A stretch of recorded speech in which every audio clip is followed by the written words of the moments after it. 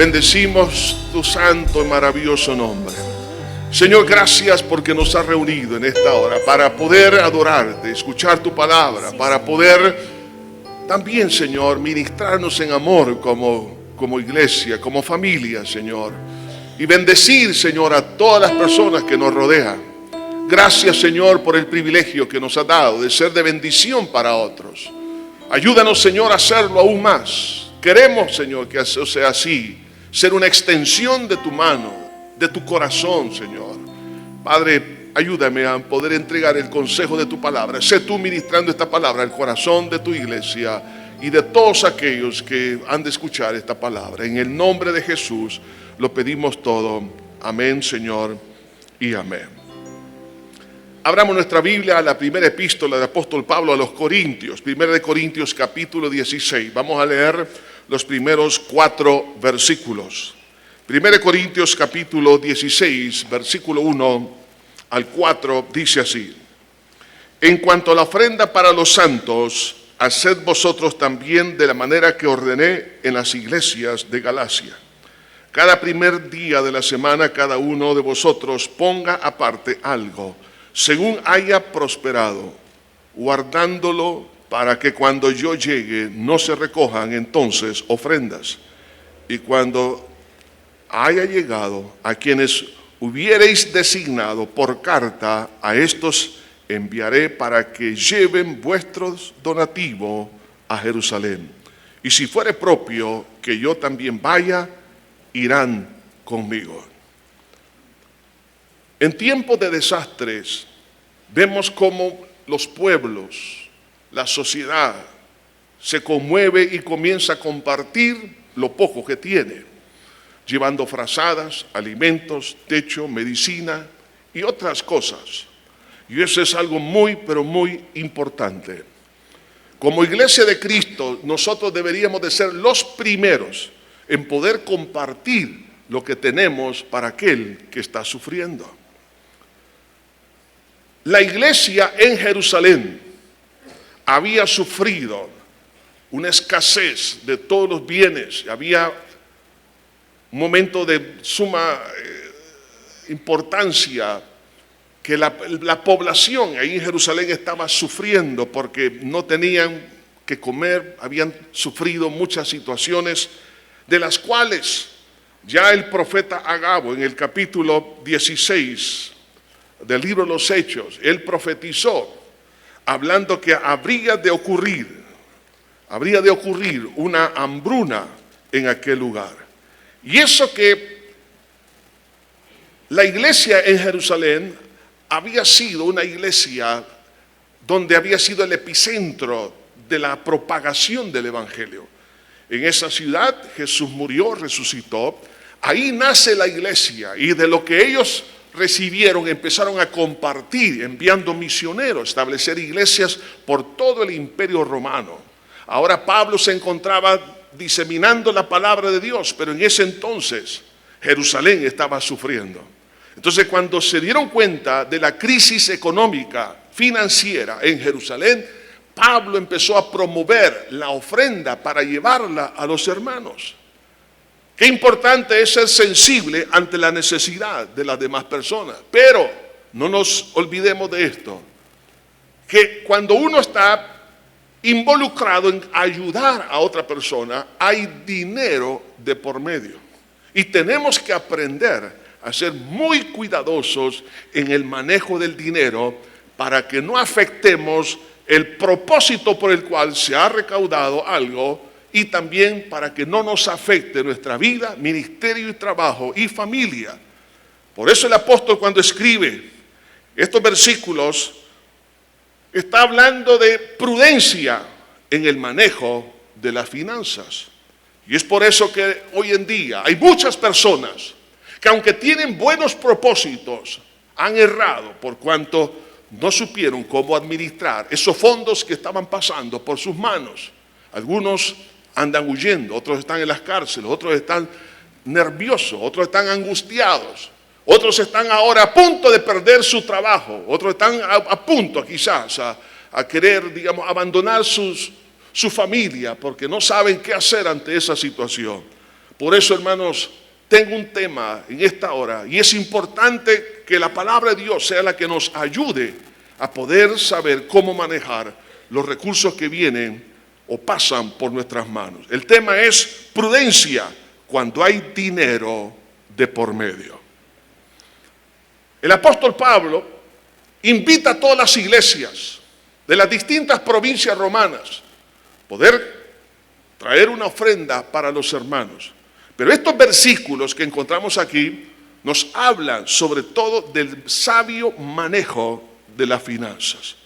En primer lugar, quiero que consideremos algunos de los problemas que surgen del mal manejo del dinero. En primer lugar, una crisis espiritual o personal. Cuando alguien no sabe cómo manejar la finanza, le afecta espiritualmente, porque cuando hace algo indebido y todo pecado produce muerte, porque la Biblia dice que la paga del pecado es muerte. ¿Y muerte en qué sentido?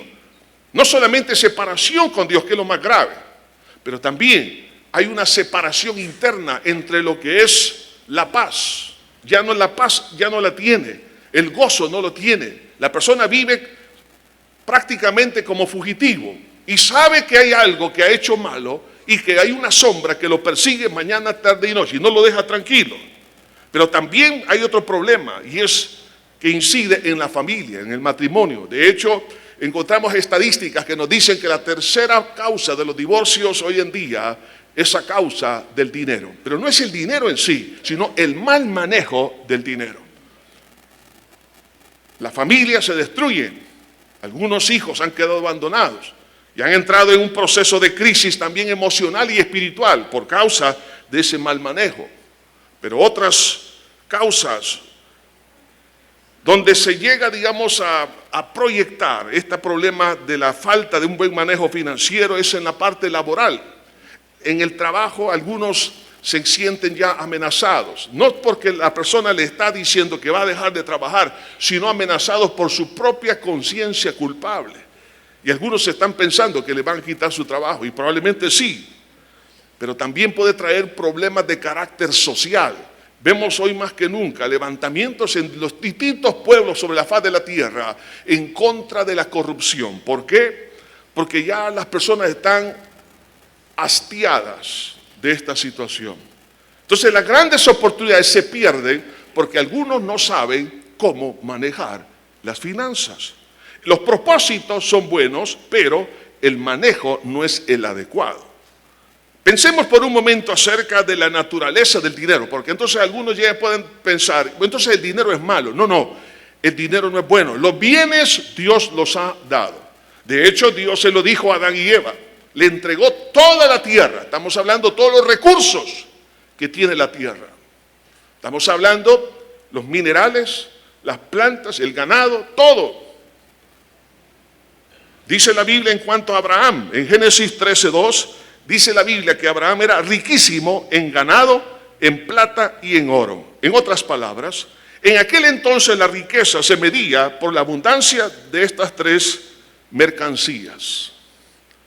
Dios le dio esto a Abraham por cuanto él siguió la visión de Dios. Oiga esto, cuando usted está dentro de la visión de Dios, Dios le va a dar la provisión.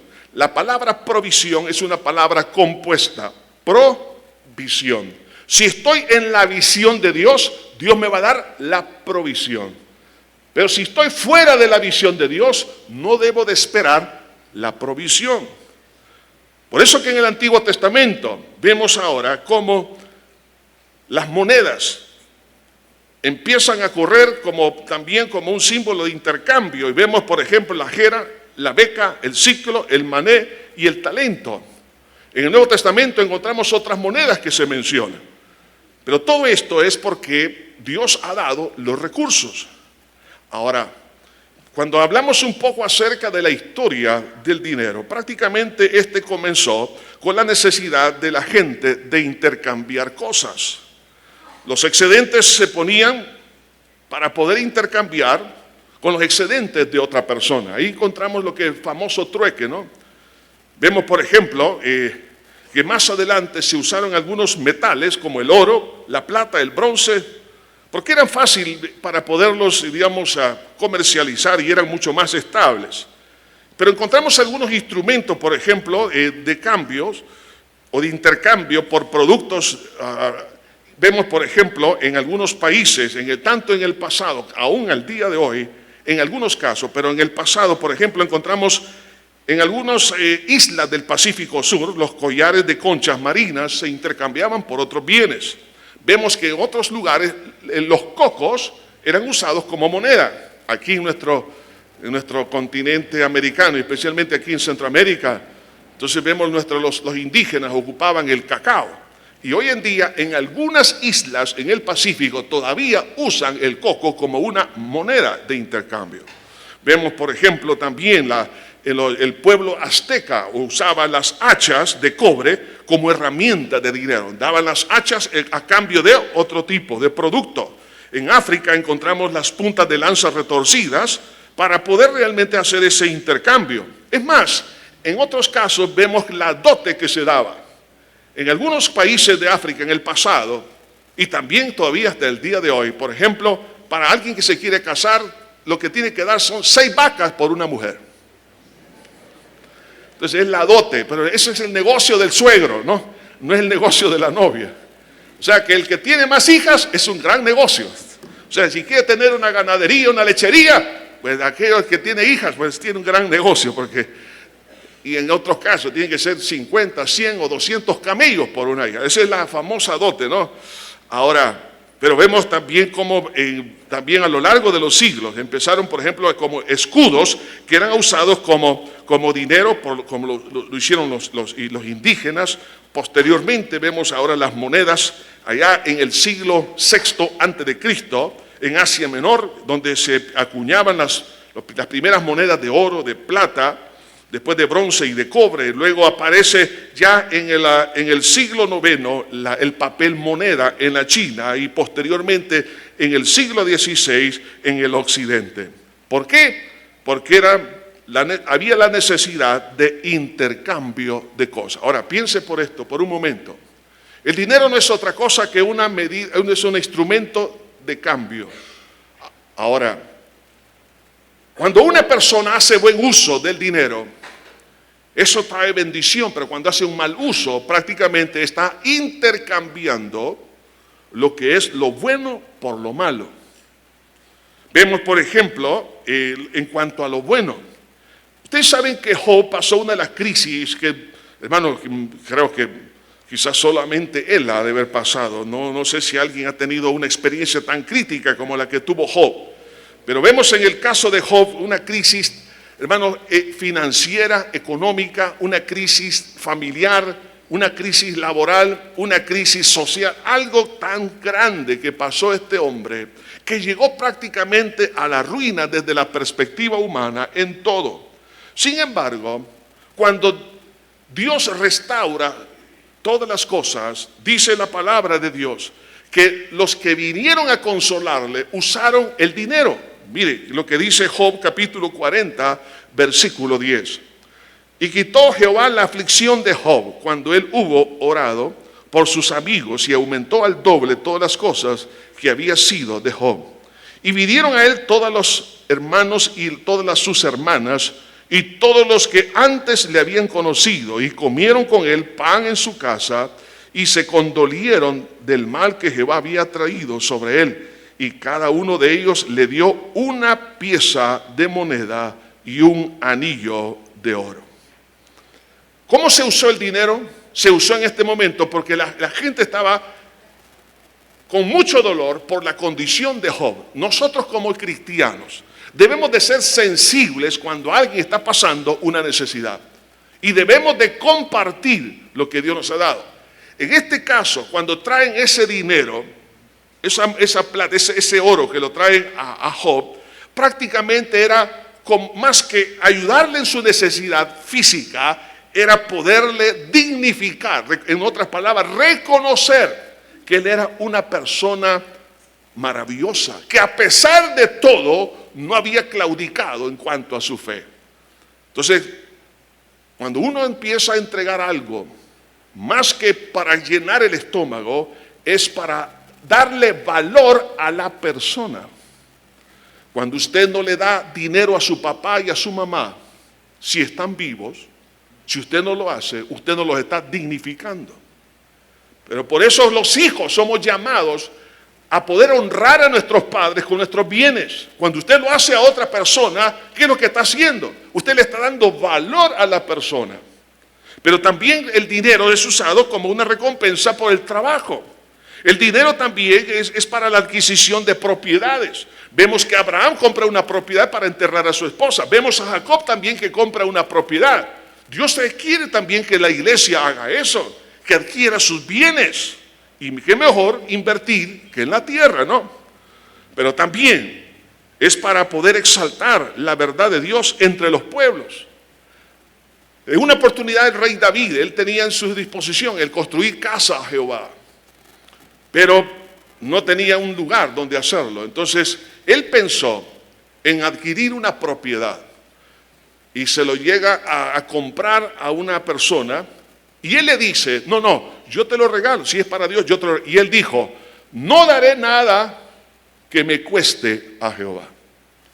Entonces, por eso que el dinero también era con el propósito de sacar a luz la verdad entre el error o la mentira. El construir un templo en aquel tiempo era dignificar la verdad sobre el error. Entonces, exaltar el nombre de Dios. Por eso que cuando nosotros colaboramos a la evangelización del mundo, estamos dignificando a Dios y bendiciendo y también dignificando a las personas. Entonces, el dinero tiene muchos usos positivos. Sin embargo, puede llegar en un momento dado a convertirse en una arma de doble filo si no se usa bien. Y puede ser una trampa mortal cuando la persona especialmente le pone su fe al dinero. La Biblia dice creer en Dios, poner la fe en Cristo. Poner la fe en Dios es la clave, pero no en el dinero. Alguien dijo que el dinero es un buen siervo, pero es un mal amo. Cuando se le pone confianza al dinero, entonces el dinero nos va a llevar a cometer gravísimos errores. Entonces se desvía su propósito. Por ejemplo, vemos el caso de la mujer de Lot, que perdió su oportunidad por el amor al dinero. Yo no sé si alguno de ustedes estaría dispuesto a invertir en Sodoma y Gomorra, en otras palabras, en tierra que está condenada. Nunca invierta usted nada en cosas que Dios ha determinado que van a ser destruidas, en negocios ilícitos, en todas aquellas cosas que usted sabe que van en contra de la voluntad de Dios. No meta su dinero porque lo va a perder. Después no diga por qué lo perdí. Dice el Señor Jesucristo, acordaos de la mujer de Lot, porque a pesar que estaban perdiendo o habían perdido ya sus propiedades, su ganado y todos los bienes que habían acumulado, ahora llegó a perder hasta la vida, porque su corazón todavía estaba con Sodoma y Gomorra. Cuando la Biblia dice, y miró hacia atrás y quedó convertida en una estatua de sal, es porque Sodoma no había salido de su corazón. El que pone su corazón en las cosas de esta tierra, lo va a perder todo. Así que, por favor, tenga cuidado. El dinero es bueno, pero no lo ame. No le ponga su confianza en el dinero. Las crisis, como las que hemos estado viviendo últimamente, terremotos, ciclones, huracanes y otro tipo de situaciones, pueden desbaratar en un día todas las cosas que se han edificado económicamente hablando. Pero estas cosas, cuando se llegan a perder, nuestra vida no tiene que perderse, porque nuestra vida vale más que las cosas materiales. Pero para eso es importante no amar las cosas, para que nuestra vida salga adelante a pesar de haber sufrido alguna crisis económica. Vemos a uno de los siervos del Antiguo Testamento, y era siervo de Eliseo. El general sirio Naamán había recibido un milagro y él traía abundancia de dinero, de oro, de plata. Entonces él quiso dárselo a Eliseo, pero Eliseo no lo recibió el dinero. ¿Por qué? Porque le estaba diciendo, en otras palabras, el milagro que tú has recibido es por gracia. Así que yo no he hecho ese milagro, quien lo hizo fue Dios. Pero Giesi dijo, qué gran oportunidad la que mi jefe está perdiendo. Así que se fue donde el general sirio, que ya iba camino a su país, y le dijo, bueno, empezó a tratarlo de convencer, y entonces le dijo, mira, ¿por qué no nos deja? ¿Para qué te vas a llevar el oro, la plata? Aquí déjame un poquito. Entonces le entregó varias cosas. Entonces cuando llega feliz a donde estaba Eliseo, y Eliseo, claro, tenía, entre otros los dones, tenía el don de ciencia, que es el don donde puede captar los pecados en un momento dado, específicamente en un momento dado de una persona, entre otras cosas que hace ese don. Y él sabía que, aunque Eliseo estaba en casa, pero por ese don, sabía que este hombre, por la avaricia, estaba aceptando una recompensa por algo que Dios había hecho. ¿Y qué sucedió? Se quedó leproso todos los días de su vida. Por favor, no ponga su confianza y su amor en el dinero, porque se va a quedar leproso, aunque los demás no lo vean. Internamente usted está dañado. Y eso significa muerte paulatina. Y usted la va a llevar durante toda su vida. ¿Por qué cosa? Por la avaricia. El dinero es bueno, pero puede ser usado en contra de usted como un boomerang que lo va a afectar. Pero además de eso, vemos uno de los casos, hermanos, que es triste y se han dado a lo largo de la historia. Y hoy en día, ese que cuando se usa el dinero para intercambiar, recuerde que el dinero es como un instrumento de intercambio, en este caso, de la justicia por medio del dinero.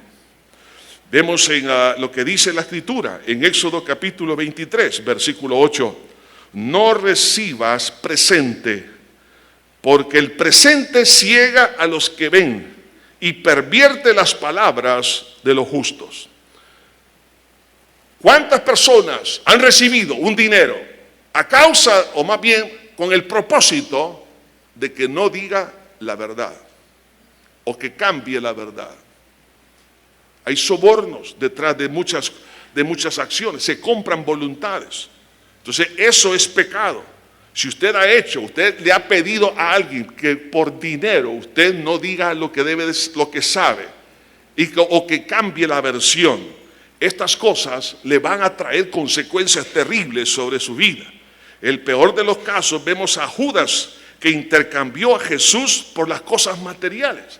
O sea, algo tan bueno como el dinero prácticamente se convirtió en algo tan malo. Él intercambió la vida eterna, intercambió a Dios por 30 piezas de plata, porque él tenía en su mente que iba a ser feliz fuera de Cristo. Y eso no es cierto. La persona nunca va a ser feliz con el dinero, va a ser feliz cuando tenga Jesús en su corazón. Pero el dinero llega a engañar de tal manera que vende a Dios por la basura de esta tierra. Entonces vemos como también vemos el intercambio que hubo en un momento dado, por ejemplo, el soborno que le dieron las autoridades eclesiásticas del judaísmo, se lo dieron a los soldados romanos para decirle, y ellos sabían que Jesús había resucitado, pero para que no se divulgara que Cristo había resucitado, le dio dinero a los soldados romanos. Y eso lo encuentra en Mateo 28:12, donde los soldados dejaron de decir la verdad por dinero. Eso es lo mismo que pasa hoy en día. Por dinero, ahora ya muchas veces ni se predica la verdad. Por el amor al dinero, ya no se quiere hablar acerca de lo que Dios manda que se hable. Y también el Señor Jesucristo dijo en una oportunidad, no podéis servir a dos señores a la vez. No podéis servir a Dios y a las riquezas. No se puede intercambiar el señorío de Cristo por el señorío del dinero. Y algunos han llegado al punto que cayó un hombre llamado Simón el Mago, en Hechos capítulo 8, versículo 18 al 20, cuando estaba un gran avivamiento en Samaria, y vieron que el Espíritu Santo descendía sobre las personas que estaban ahí, y empezaron a hablar en otras lenguas, cuando se les imponía manos, cuando llegó Pedro, entonces él dijo, oye, ¿cuánto dinero te debo de dar para que yo tenga ese poder, para que cuando yo ponga las manos reciban el bautismo del Espíritu Santo? Ya, yo me imagino a este hombre tratando de decir, ok, tú quieres que yo ore por ti, me vas a dar dinero. ¿Quieres el bautismo del Espíritu Santo? Bueno, son $100 para ti. Le voy a decir que hoy en día hay muchas personas así. Bueno, para decirles una cosa, años atrás, una persona me habla por teléfono y me dice, pastor, yo soy profeta, me dijo. Ah, bueno. Y me dice, yo voy a orar por su iglesia para que Dios la bendiga. Así que deposíteme tantos miles, en aquel entonces colones, en mi cuenta, y aquí mando la cuenta del banco, para que ustedes y la iglesia va a ser bendecida por mis oraciones. No, gracias, no quiero nada de esas oraciones. ¿Cuánta gente hoy en día, hermano, está comercializando con las cosas de Dios? Eso se llegó a raíz de lo que hizo Simón. Se conoce como una de las, digamos, un pecado que se conoce como una falta, se conoce como con la palabra simonía. Entonces, comprar privilegios con dinero. ¿Cuántos han comprado puestos en su trabajo? Puestos en la iglesia, y eso se ha dado en la historia. Entonces, por eso que el dinero es bueno, pero si le ponemos la confianza al dinero y creyendo que el dinero es todo, nos va a traer mucho sufrimiento. Pero el apóstol Pablo no pierde el objetivo. Cuando él escribe aquí estos versículos, estos 4 versículos importantes, nos habla acerca de cómo realmente ser prudentes cuando el dinero pasa por nuestras manos. De ahí que entonces vemos el objetivo de la recaudación de fondos. ¿Cuál era el objetivo? La iglesia, los hermanos en Jerusalén, la población, hay hambre ahí. Eso es lo que dice Hechos en el capítulo 11. Había hambre. Estamos hablando de aquellos que fueron los instrumentos con los cuales yo he sido bendecido. Las iglesias en todo el imperio romano habían sido bendecidos por los hermanos de Jerusalén, porque de ahí salió la predicación, de ahí salieron los apóstoles, de ahí salieron los misioneros, la palabra de Dios de ahí salió. Pero ahora estaban en crisis. ¿Qué tenían que hacer? Ayudarles. Pregunto, ¿es usted solamente autor de su propia vida por sus esfuerzos o fueron sus padres? Sus padres son la raíz de la bendición que usted tiene hoy. ¿Qué hace usted con ellos cuando ellos están enfermos? Usted dice, pero yo ya me casé, ya formé mi familia. Honra a tu padre y a tu madre. Y la honra a papá y a mamá es hasta que ellos mueran. No el día que usted se casó, usted dejó de honrar a papá y a mamá. ¿Quiénes fueron los que le enseñaron a usted? Pregúntese por sus maestros en la escuela, en el colegio, en la universidad. ¿Quiénes son los que le ayudaron a usted? Y ahora ellos se encuentran en crisis. ¿Cerramos nuestro corazón o les ayudamos? Si ellos han sido instrumentos de bendición, tengo que ayudarlos a ellos. Por eso que cuando Pablo está recogiendo estas ofrendas es para ayudar a la cuna del evangelio. A aquellos que fueron un momento dado instrumentos de Dios y siguen siendo instrumentos, pero están en crisis. Entonces el objetivo de la recaudación de fondos no hay que olvidarse para qué son. La captación de los fondos tiene que ser en base a una necesidad. Muchos hoy en día, ya sea en la parte gubernamental, empresa privada o en la iglesia, recuerden que todo lo que se tiene que recaudar tiene que ser en base a una necesidad real. Y la necesidad estaba presente. Estaban sufriendo, había hambre, no tenían techo, no tenían abrigo. Segundo, tiene que ser de agrado a la voluntad de Dios. ¿Por qué? Porque eran momentos de emergencia, momentos de necesidad. Entonces son cosas reales y que son de acuerdo a la voluntad de Dios. No hay que crear necesidades para pedir dinero. Tercero, tiene que involucrarse toda la iglesia. Por eso dice, en cuanto a la ofrenda para los santos, haced vosotros también de la manera que ordené en las iglesias de Galacia, una de las provincias romanas. Así que es para todos.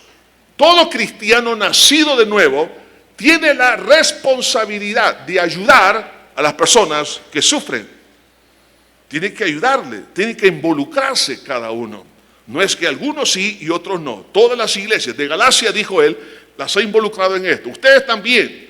Los de Macedonia, los de Bitinia, los de todo el mundo. Ok, ahora todos vamos a ayudar, porque todos tenemos la responsabilidad. ¿Por qué? Porque de gracia hemos recibido, tenemos que dar de gracia. Ahora, si no perdemos el objetivo de la recaudación de fondos, ya sea por una ONG, en la iglesia, en el gobierno, en la empresa privada, aquellos que manejan dinero y pasa por sus manos, hay que tener mucho cuidado. Estos versículos nos hablan de un buen manejo, una estrategia para el manejo financiero. De ahí que vemos algunas estrategias en la recaudación de fondos, lo que menciona el versículo 2. Dice, cada primer día de la semana, cada uno de vosotros ponga aparte algo, según haya prosperado, guardarlo. Vemos aquí tres cosas importantes. Primero, tiene que ser por etapas, cada primer día de la semana. O sea, que no es solamente una actividad, algo único, sino algo sistemático. Tiene que ser por etapas. Segundo, debe de motivar a incluirlo en el presupuesto y apartarlo. Cada uno de los que me escuchan en esta hora, tenemos la responsabilidad de presupuestar. No estoy hablando del presupuesto de la empresa, personal, para ayudar a una persona. Por eso dice, ponga aparte, o sea, estamos hablando de un rubro aparte de todo lo demás. Usted dice, pero yo tengo mucha necesidad, sí, pero aunque sea poco, usted determine algo de su salario para ayudar a otra persona. Alguien dijo que hay tres usos legítimos del dinero: comprar, economizar y donar. Es importante proveer para las necesidades. Es importante tener ahorros para las futuras necesidades e inversiones. Pero es importante también donar, es decir, ayudar al prójimo. Entonces, cada uno de nosotros debemos de presupuestar esa ayuda para los necesitados. Ahora, una persona que ama es el que da, no es el que tiene el que da, es el que ama. Por eso la palabra de Dios nos dice acerca de esa gracia maravillosa en el libro de Isaías, en el capítulo 55. La palabra de Dios nos habla acerca de esa gracia maravillosa cuando dice en el versículo 1, a todos los sedientos, venid a las aguas, a los que no tenéis dinero, venid, comprad y comed, venid, comprad sin dinero y sin precio vino y leche. ¿Cuántos de los que estamos aquí, cuántos de los que me escuchan, hemos estado sedientos de la verdad, sedientos del perdón de pecados, sedientos de tener seguridad de la vida eterna? Sin embargo, nosotros no tuvimos que hacer nada. Por eso dice, venid sin precio y sin dinero. ¿Por qué? Porque Cristo pagó a precio de sangre los beneficios que usted y yo tenemos hoy en día. La salvación, la provisión, la asistencia, el señorío de Cristo. Todo lo que tenemos es por gracia. Ahora, si yo lo he recibido por gracia, ahora tengo que dar de gracia. Si Dios me ha bendecido, me ha ayudado, ahora tengo que hacerlo con los demás. Pero también el que no ama a su prójimo no da. El libro de Eclesiastés nos dice en el versículo, el capítulo 5, versículo 5, Eclesiastés 5:10, dice así: el que ama el dinero no se saciará de dinero, y el que ama el mucho tener no sacará fruto. Hay muchas personas que dicen, bueno, para tener seguridad, tengo que proveer para mi familia las necesidades, tengo que ahorrar, pero no da.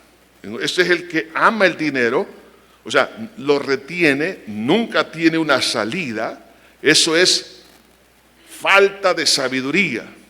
En Israel existe lo que se conoce el mar muerto. ¿Por qué es muerto? Porque no tiene salida, solo entrada de agua.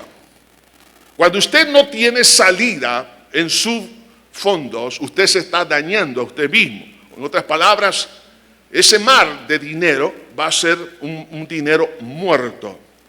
Por eso dice acá, el que ama el dinero no se saciará de dinero. O sea, no habrá en la persona satisfacción, plenitud, y el que ama el mucho tener no sacará fruto. O sea, es contrario a la idea que muchos tienen: tanto tienes, tanto vale, y creen que el tener dinero los va a hacer felices. Jamás. Entonces, lo que necesitamos entender es que, hermanos, que debemos nosotros de incluir en nuestro presupuesto, por amor a las personas que sufren, tener un aparte para ayudarle en su necesidad. En tercer lugar, tercera estrategia en la recaudación de fondos, es que la cantidad debe de ser de acuerdo a sus ingresos. Por eso dice este versículo, según haya prosperado. O sea, no de acuerdo a lo que no tiene. Como Dios me ha bendecido durante la semana, de acuerdo a eso voy a apartar, o durante el mes, o durante el año. ¿Qué es lo que Dios me ha dado? Eso debo yo de apartar, esa cantidad.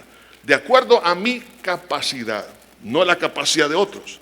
En cuarto lugar, hay que guardar el dinero para ese propósito asignado. Y por eso Pablo dice, fíjense bien, cada día de la semana, dice, cada uno de vosotros ponga aparte, o sea, en el presupuesto. Y dice, según haya prosperado, según su capacidad, y guárdenlo, para que cuando yo llegue, no se recojan entonces ofrendas. Ahora, ¿dónde se tenía que guardar? Bueno, se tenía que guardar el dinero a los que eran los custodios, ¿no?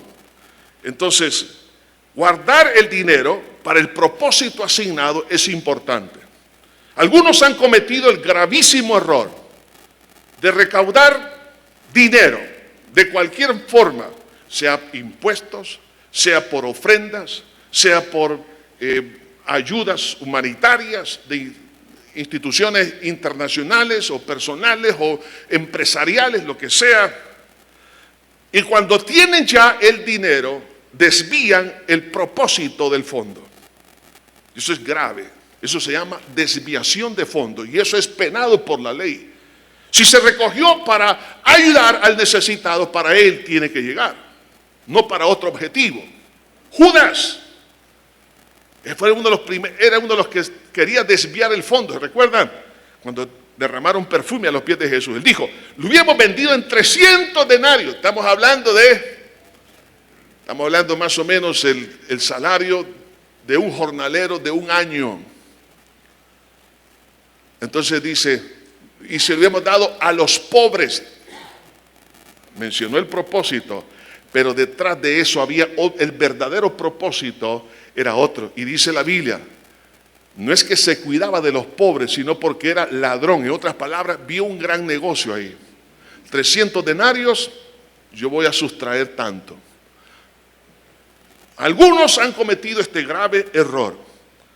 Se recaudan dinero, pero se desvía el propósito.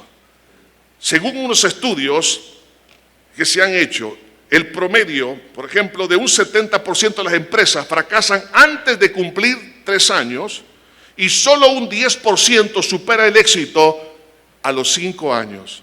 Y se mencionan los problemas. Y el primero que está en la lista es la contabilidad. La contabilidad es fundamental.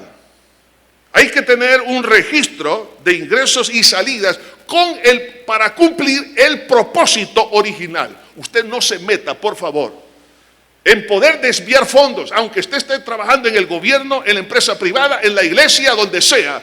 No se preste nunca a desviar fondos. Si esto se recaudó para este objetivo, para esto tiene que ser, porque esa es la fe y la disposición de las personas que dieron el dinero. Esto lo vemos en la Biblia. Ustedes dirán, la Biblia tiene que hablar de contabilidad. Muchísimos, señores. Lea conmigo lo que dice el libro de Esdras. Esdras venía juntamente con algunos de los que habían estado en la cautividad durante 70 años allá en Babilonia. Ahora venían para reconstruir la ciudad. Estamos hablando necesidad. La gente que vivía en Jerusalén, dice la Biblia en el libro de Nehemías, estaban en gran oprobio y en gran pobreza, necesidades. Las puertas están quemadas, los muros están derribados. ¿Qué significa eso? Eran objeto de saqueo continuo y había mucho dolor. Ahora, cuando ellos están listos para retornar, para reconstruir, Dios puso en el corazón del rey, como también de muchas personas que vivían en Babilonia, a darles dinero Pero oiga cómo ellos actuaron sabiamente desde la perspectiva contable. Esdras 1:6 dice así: y todos los que estaban en sus alrededores les ayudaron con plata y oro, con bienes y ganado y con cosas preciosas, además de todo lo que se ofreció voluntariamente. Y el rey Ciro sacó los utensilios de la casa de Jehová que Nabucodonosor había sacado de Jerusalén y los había puesto en la casa de sus dioses. Lo sacó pues Ciro, rey de Persia, por mano de Mitrídates, tesorero, el cual lo dio por cuenta a Sesbazar, príncipe de Judá. Note esto, lo dio por cuenta, es decir, había un inventario. De acuerdo a ese inventario se le entrega. ¿Quién lo entregó? El tesorero de la nación de Babilonia. ¿Se lo dio a quién? A Sesbazar, príncipe de Judá, y oiga lo que le entregó. Y esta es la cuenta de ellos. Ahora, ¿por qué la Biblia menciona estos detalles? Para que entendamos que así tiene que ser la contabilidad en nuestro tiempo. Y esta es la cuenta de ellos: 30 tazones de oro, 1000 tazones de plata, 29 cuchillos, 30 tazas de oro, otros 410 tazas de plata y otros 1000 utensilios. Todos los utensilios de oro y de plata eran 5400. Todos los hizo llevar Sesbazar con los que subieron del cautiverio de Babilonia a Jerusalén. No solo Sesbazar, sino todos los que subieron a Jerusalén. ¿Se da cuenta que hay que tener un registro de entradas? Cuando alguien está donando, está dando dinero, hay que tener un registro exhaustivo. Usted dirá, no, es que la gente confía en mí. No, no, señores, usted no es Dios. Usted debe tener un registro de entradas detallado. Se lo entregaron, esto me entregaron, aquí están todos los registros contables. Pero también registro de salidas. ¿Qué fue lo que hizo Esdras cuando llega, capítulo 8 de su libro, versículo 32? Y dice, y llegamos a Jerusalén y reposamos ahí 3 días. Venían muy cansados, reposaron. Pero ¿qué es lo primero que hizo él? Oiga esto, dice, al 4.º día fue luego pesada la plata y el oro y los utensilios en la casa de nuestro Dios. ¿Por qué fue pesada? Porque podía alguien en el camino haber tomado un cuchillo de oro, un tazón de plata. Ya todo lo tenían registrado, apuntado, cuántos gramos, cuántas libras, cuántas onzas, todo detallado. Ahora, muy bien, ahora vamos a entregar, pero lo vamos a entregar de acuerdo al inventario que tenemos ahora. Entonces empezaron a confirmar que todo era así. Dice, ¿por mano de quién? Del sacerdote Meremot, hijo de Urías, y con él Eleazar. En otras palabras, la entrega del dinero no lo tiene que hacer una persona, tiene que ser un equipo. Nunca cometa el error de manejar usted solo el dinero. Dice acá, Meremot, hijo de Urías, y con él Eleazar, hijo de Fines, con ellos Josadab, hijo de Jesúa, Noadías, hijo de Benui, levitas.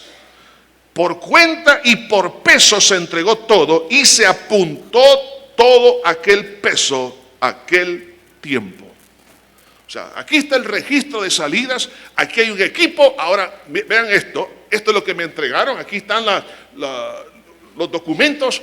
De esta manera estoy entregando. Todos los que están aquí son testigos. En otras palabras, nunca se encierre usted a manejar el dinero solo. Hágalo con otras personas. ¿Por qué? Hay que cuidarse las espaldas. Porque el dinero también puede ser de tentación. Para algunos echar mano del dinero. Y por otro lado, evitar que puedan haber malas sospechas porque usted no ha incluido a otras personas que son dignas de confianza en el manejo del dinero. Por eso que algunos han perdido hasta su trabajo, han perdido su familia, han perdido muchas cosas porque no han guardado el dinero para el propósito asignado. ¿Y por qué no lo pudieron guardar? Porque no quisieron tener una buena contabilidad transparente. Así que cuando Pablo está diciendo aquí, y guárdenlo, en otras palabras, Lo que se recaudó tiene que ser contabilizado, guárdenlo para que cuando yo llegue no se recojan ofrendas. Y esto es lo que vemos aquí. En quinto lugar, como otra estrategia, es que el líder del proyecto no tiene que tocar el dinero.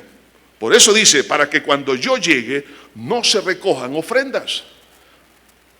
O sea, todo esté ya contado, las remesas estén listas, todo. Cuando yo llegue, por favor, no se recojan. ¿Por qué razón? Porque un líder, el que está administrando el dinero, no debe de tocar el dinero. Hay que cuidarse. Porque un líder debe de cubrir sus espaldas al no tocar el dinero. Y a la vez debe de motivar que debe de ser por los mismos que han dado el dinero, que hay que incluirlos a que ellos, siempre y cuando sean honestos, hay que incluirlos para que manejen ese dinero.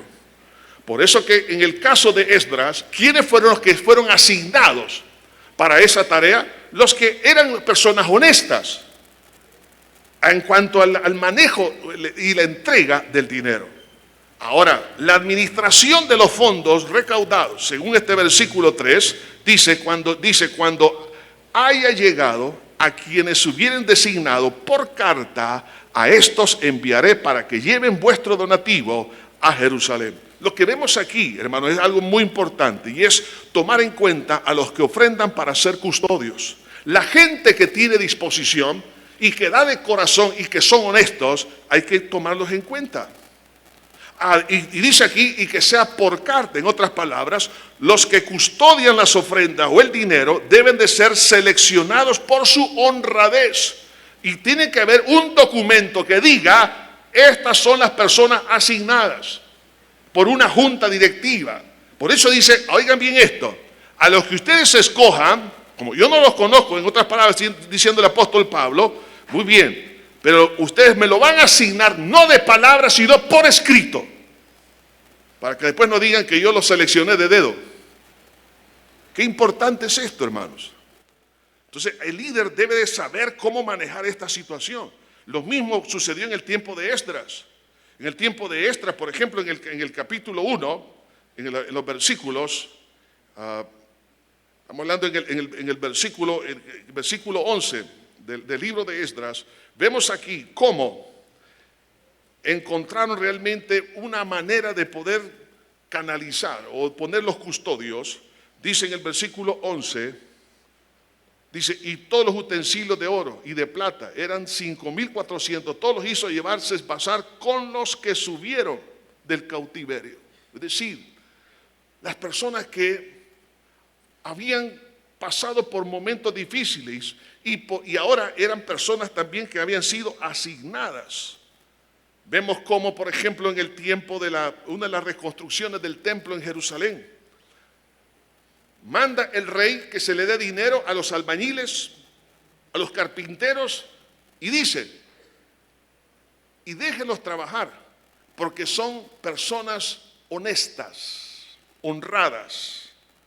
Los que custodian deben de ser personas seleccionadas por la honradez, no por simpatía, para que no le afecte a usted.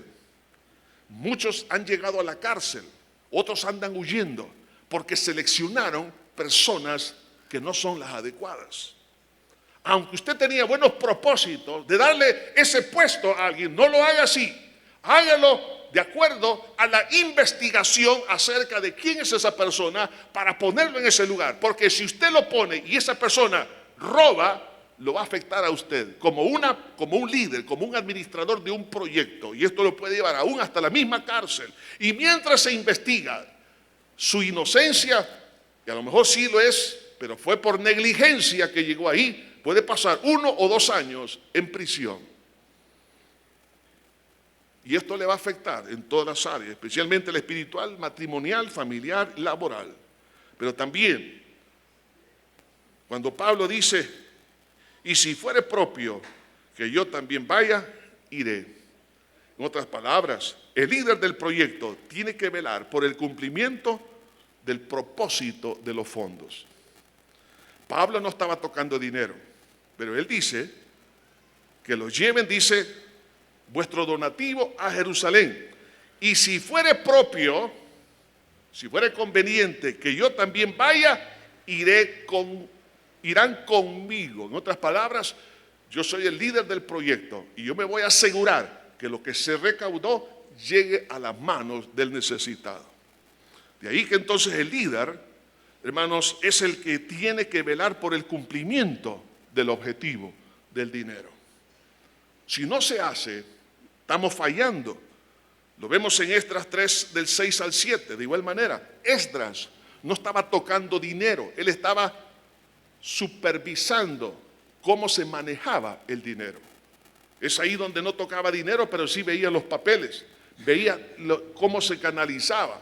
Eso hay que supervisarlo continuamente, porque si usted no lo hace, tarde o temprano lo puede afectar a usted. Y el líder tiene que guiar a los custodios del dinero para que cumplan el objetivo presentado.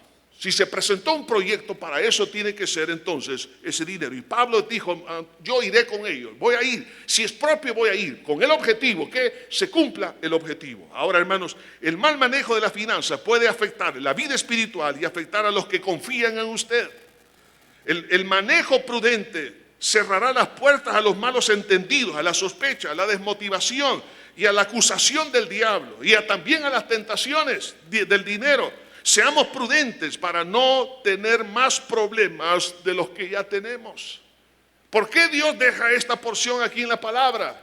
Algunas veces pasamos de largo estos versículos y dice, bueno, si esto solamente Pablo está contando lo que hizo. No solamente está contando, nos está dando instrucciones el Espíritu Santo. Nos está diciendo cómo hacer las cosas. La Biblia tiene todo para nosotros: el manejo de la finanza, el manejo de la contabilidad, el manejo de los proyectos. No nos dañemos a nosotros ni dañemos a los demás. Hoy en día, hermano, el mundo ha puesto su amor al dinero y los está dañando. ¿Cuánta gente está en las cárceles? Otros están muertos, otros andan huyendo. ¿Por qué? Porque no fueron prudentes cuando pasó dinero por sus manos. Y algunos son inocentes, pero quienes colaboraron no lo son. Pero mientras se investiga, hay dolor en sus corazones.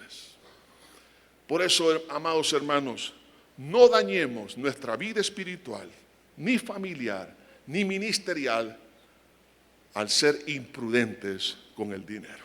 El dinero es bueno, Dios lo ha dado, pero manejémoslo conforme a la palabra del Señor. Padre, venimos delante de ti en esta hora, poniendo nuestra vida en tus manos. Te queremos, Señor, pedir que nos perdones si hemos fallado, Señor, en el manejo adecuado del dinero. Padre, te suplico, para gloria de tu nombre, que tú puedas traer luz y entendimiento a muchos, Señor, que en este instante quizás están en la cuerda floja, y que rectifiquen a tiempo antes que sea demasiado tarde, y luego comiencen a tener mucho dolor en su familia, en su persona, y el descrédito los lleve al fracaso. Señor, te suplico para tu gloria, Señor, que nos ayudes como pueblo tuyo a ser garantes de una buena administración financiera. Padre eterno, sé tú quien guíe, quien dirija a cada uno. Estimado hermano y hermana, amigo, si usted ha cometido errores en esta área, póngase a cuentas con Dios ahora. Póngase a cuentas con Dios, pida perdón a Dios y rectifique lo que tiene que rectificar. Dos cosas: pídale perdón a Dios. Diga conmigo ahí donde está: Señor, perdóname por haber hecho lo malo en el manejo de las finanzas, en la economía, Señor. Me arrepiento de corazón por haberte ofendido y también ofendido a la institución, a las personas. Señor, perdóname. Ahora tomo la decisión de rectificar las cosas malas que he hecho. Quiero volver a la rectitud y quiero hacer las cosas con honestidad, aunque no le guste a los demás, pero en tu nombre lo voy a hacer. Ayúdame, Señor, a ser sabio, a ser prudente. Hay muchas necesidades en el mundo. Ayúdame a ser un instrumento de bendición para ellos y también para mi familia, al ver que tú me respaldas en lo que haces, al ver al necesitado con alimento, con techo, con educación. Esa es nuestra recompensa. Una sonrisa es nuestra recompensa. Señor, bendice al Salvador. Que salgamos como nación, Señor, adelante. Hemos dañado nuestro país por tanta corrupción, Señor. Perdona, oh Dios, porque muchos han sido engañados porque creen que el dinero no es todo. No es cierto. Señor, te suplico que bendigas a mi hermano y a mi hermana, Señor. Tráele, Señor, aquello que necesita. Sobre todo, el ser instrumento para aquellos que están sufriendo y ver el propósito cumplido, el honrar a las personas, el dignificarlos, el darle valor a las personas. Eso es lo que queremos, Señor. Señor, te pedimos que bendigas a la iglesia. Bendice nuestra nación. Bendice las naciones de la tierra. Que no seamos más engañados. Todos aquellos que me escuchan, si usted no ha entregado su vida a Cristo, este es el mejor negocio que usted puede hacer. Dele su vida, echa pedazos a Jesús. Dígale, Señor, Señor, perdóname, límpiame con tu sangre que derramaste en la cruz. Eso le va a cambiar su corazón, su manera de pensar, sus sentimientos, sus emociones. Dios lo va a liberar de las cadenas internas para que sea libre y pueda hacer lo que Dios quiere antes que partamos de esta tierra. Si usted es esa persona, ahí donde se encuentra, diga esta oración conmigo. Padre eterno que estás en los cielos, me arrepiento de todo corazón por haber pecado contra ti. Límpiame de tanta maldad, de tanto pecado, tanta suciedad que he cometido. Sobre todo porque cada vez que he pecado, te he ofendido a ti, a mi prójimo y a mí mismo también. Señor, perdóname. Pero creo que tú moriste por mí en la cruz y derramaste tu sangre para perdonarme y limpiarme. Señor Jesús, bendice mi alma ahora con la salvación. Te recibo en mi corazón como mi único Salvador y Señor de mi vida. Gracias, Señor. Padre, ahora también por aquellos que están angustiados, aquellos que están afligidos, porque saben que han obrado mal en el manejo de las finanzas. Señor, te pido para que ellos reconcilien contigo. Si usted es una persona que va a reconciliar con Dios, hágalo ahí. Pídale perdón a Dios. Reconcilie con Jesús. Dígale, Señor, perdóname, limpia. Y ahora quiero hacer las cosas como tú quieres. Padre, bendice a mis hermanos. Bendice a todos aquellos, Señor, que no saben qué hacer ahora, pero que tú puedes restituir. Tú puedes cambiar la historia si hay arrepentimiento antes que las cosas se puedan agravar. Ayúdale, Señor, ahora. En el bello nombre de Jesús. Amén y amén. Que Dios me los bendiga, mis amados hermanos. Que la gracia de Dios los acompañe.